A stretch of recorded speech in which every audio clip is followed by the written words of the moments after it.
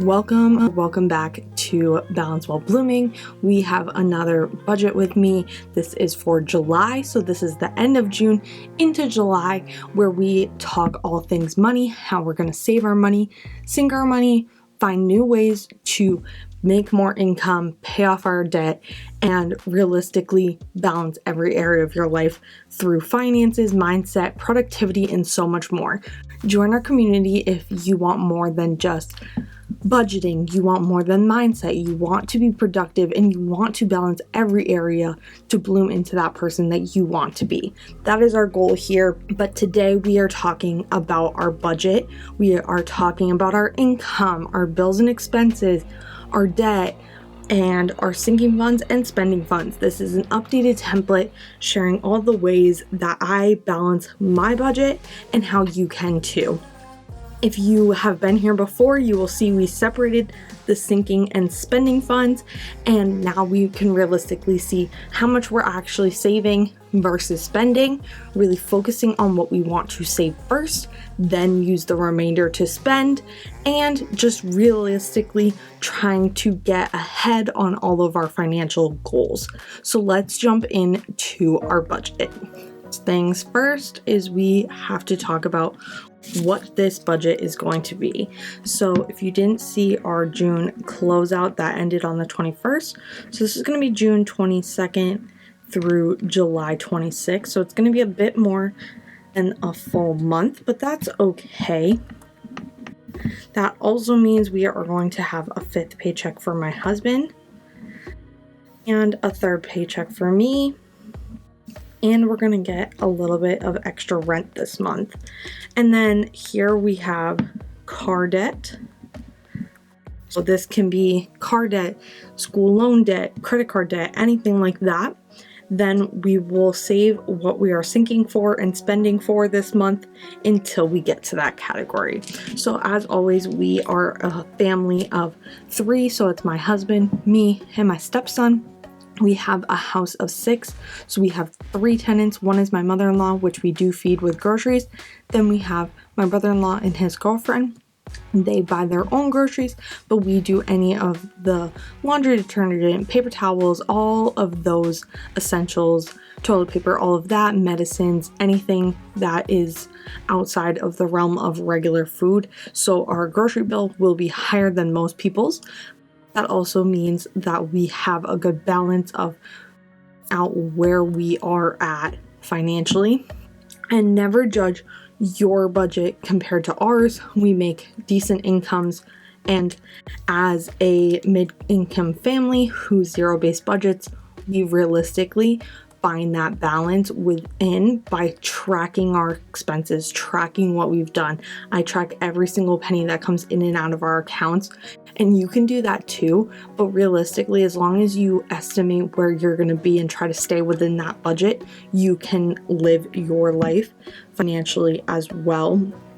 And so going into our income, my husband is in busy season, but we are sticking with the $400 just because that is where he sits most of the year, but not during busy season. He has 2 busy seasons, usually late spring, summer, and then winter.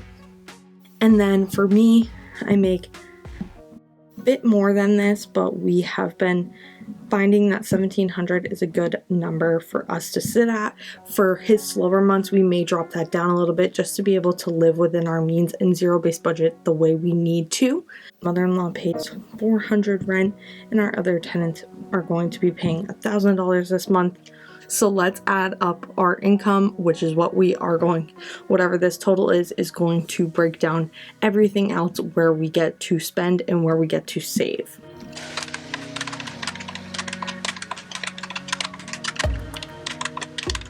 Okay, wow, what a great month at $8,500.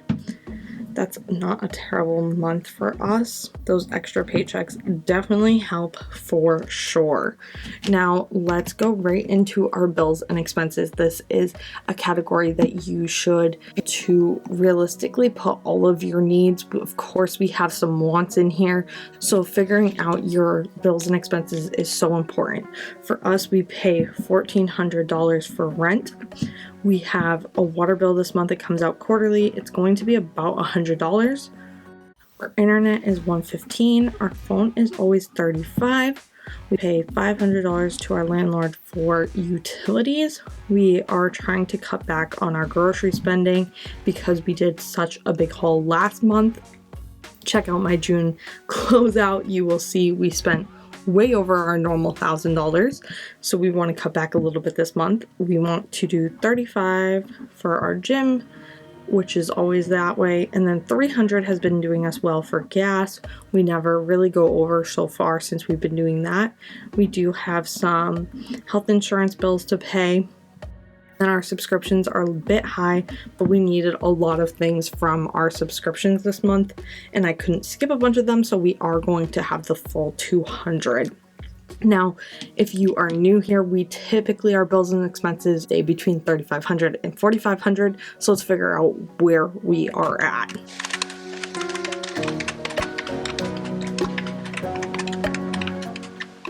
Okay, so we are on that lower end. It's $3,835. Now, going right into debt, we do have something in collections, which will also be in this debt section, but we have to pay it in full. So right now it's in our sinking funds. For our car, we have decided to pay off our car. So that means we are paying off $1,100 this month. This is so exciting. We are going to be technically debt-free other than what's in collections after this.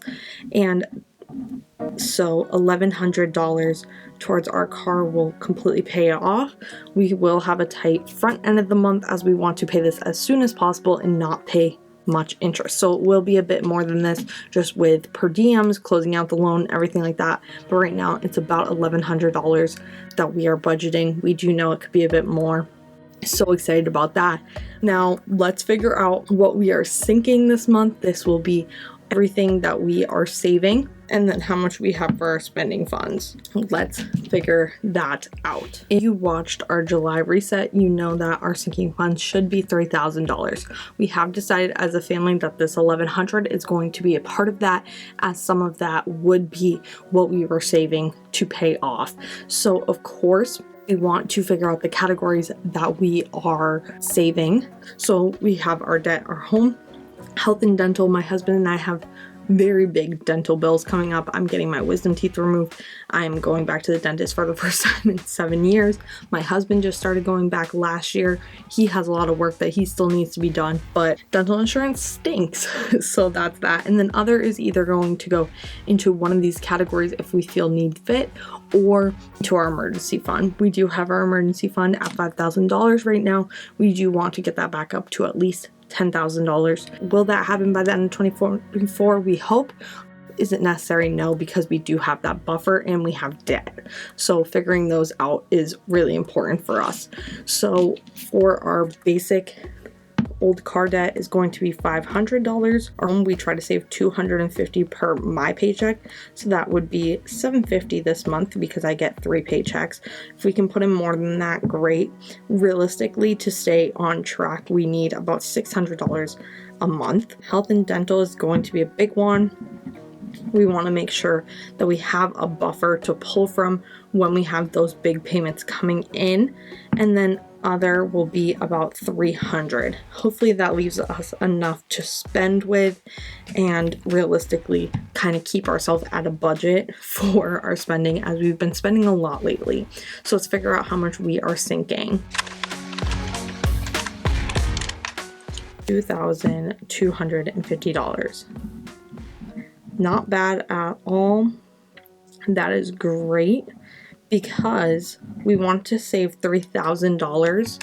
And if you realistically think about it, normally we only pay $320. So if you take $1,100 minus $320, you're saving another $780 plus $250 is $3,030. So we are right at our number. By putting that extra money into our car is part of the money that we wanted to save for the $9,000 this quarter, which is $3,000 a month. that was what I talked about in my July monthly reset, and where we did that mid-year reset and really figuring out where we wanted to be financially, mentally, physically, every area of life. Where did we want to put our focus? And a lot of that is money, and 3,000 of that is right here. So we are right on track for where we wanted to be financially, to feel balanced and feel complete towards our goals. So let's figure out, by taking our income and subtracting everything else, what we have for our spending fund.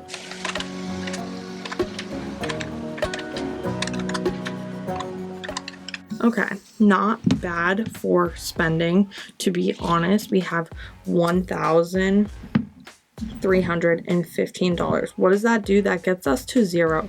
So we know no matter what, we need to be $1,315. And if you subtract that, it makes you at zero. That is our goal as a family, is to always be zero-based budgeting. All the money that we think is going to come in will end up at zero, because all the money comes in needs to be put in a category. Of course, as much of it as possible should go to savings, but that doesn't always happen. Let's talk about where we're going to spend and how that money is going to be dispersed, because we have $1,315 to spend. For the categories, we are going to have, of course, his, hers, dining, and fam fun.